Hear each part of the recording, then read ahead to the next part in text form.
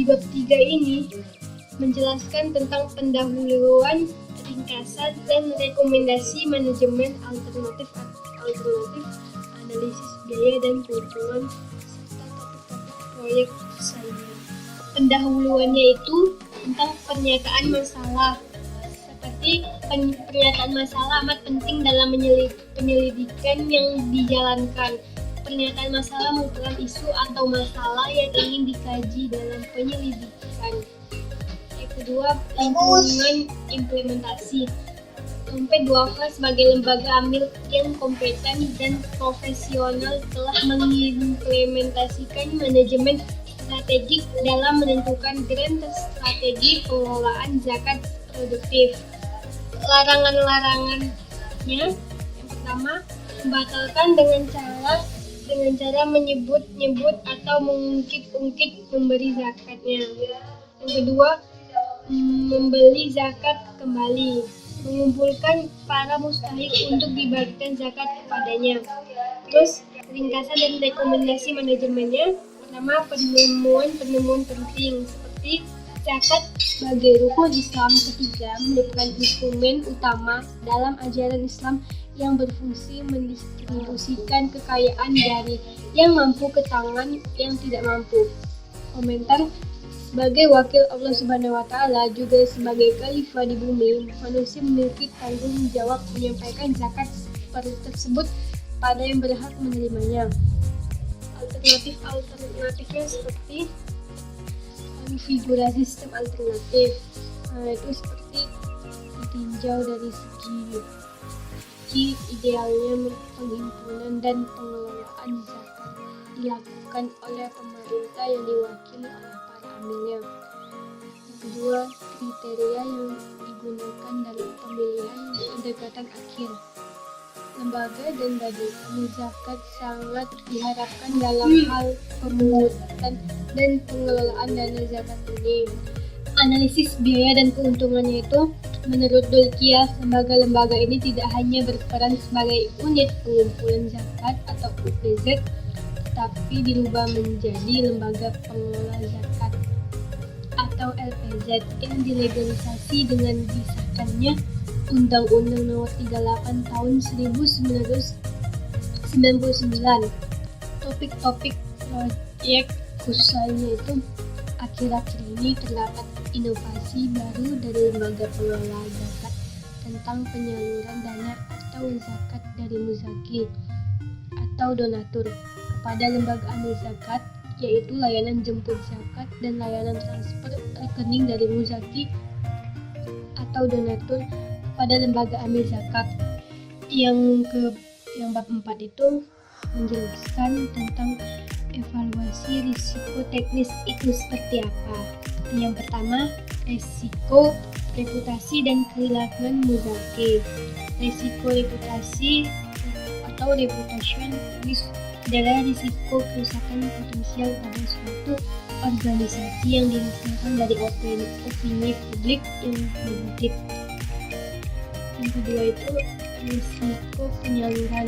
Risiko penyaluran ini terkait dengan ketidaksesuaian antara rencana kerja penyaluran dengan realisasi di lapangan dikarenakan beberapa faktor.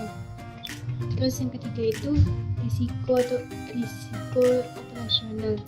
Risiko operasional adalah konsep yang tidak terdefinisikan dengan jelas. Yang keempat itu risiko transfer zakat antar negara. Risiko yang dapat muncul antara lain adalah apakah dana zakat yang diberikan oleh negara pendonor kepada negara penerima telah sesuai dengan perencanaan yang disepakati atau tidak.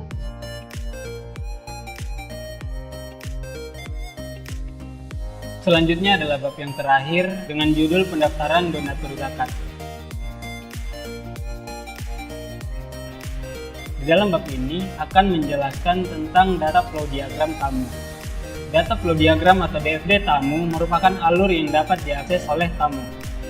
Tamu hanya dapat mengakses halaman utama dan belum bisa mengakses layanan tambahan seperti lazis atau layanan zakat, infak, dan sedekah, serta keutamaan lainnya sampai tamu tersebut telah melakukan registrasi dan sudah mempunyai akun.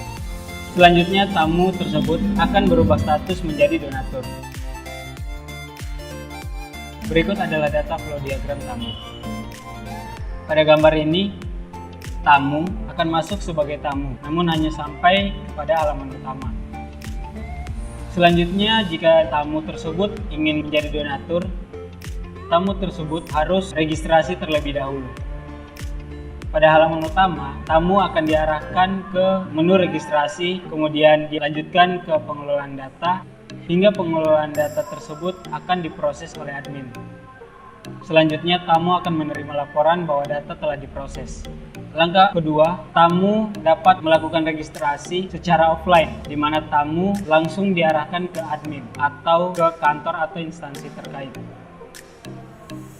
Kemudian ketika registrasi berhasil, admin akan memberikan akses kepada tamu tersebut untuk kemudian langsung ke menu login. Sehingga setelah tamu tersebut login, maka tamu tersebut akan berubah status menjadi donatur. Selanjutnya, data flow diagram donatur. Data flow diagram atau DFD donatur merupakan alur yang dapat diakses oleh donatur. Pada sistem ini, donatur adalah status tamu yang telah menyelesaikan proses registrasi dan atau sudah memiliki akun. Untuk selanjutnya, donatur sudah bisa mengakses layanan tambahan Lazis maupun keutamaan lainnya. Berikut adalah DFD donatur. Pada gambar ini, tamu yang tadi telah melakukan registrasi akan berubah menjadi donatur. Donatur langsung ke menu login. Kemudian ketika donatur tersebut masih berstatus tamu, donatur tersebut akan diarahkan ke menu registrasi, dan jika sudah memiliki akun, tamu tersebut telah berubah status menjadi donatur. Selanjutnya, setelah login, donatur akan diarahkan ke halaman utama. Ketika donatur ingin berdonasi, donatur akan diarahkan ke menu donasi, kemudian dilanjutkan ke menu verifikasi. Pada menu verifikasi ini, donatur akan diberikan kesempatan untuk mengecek kembali. Jika donatur tersebut ingin membatalkan, donatur tersebut akan diarahkan kembali ke halaman utama. Dan jika donatur tersebut menyetujui, maka hasil verifikasi akan masuk sebagai laporan. Untuk kemudian laporan tersebut akan dikirim kepada admin. Selanjutnya, ketika donasi sukses, dari menu laporan akan diarahkan ke halaman utama.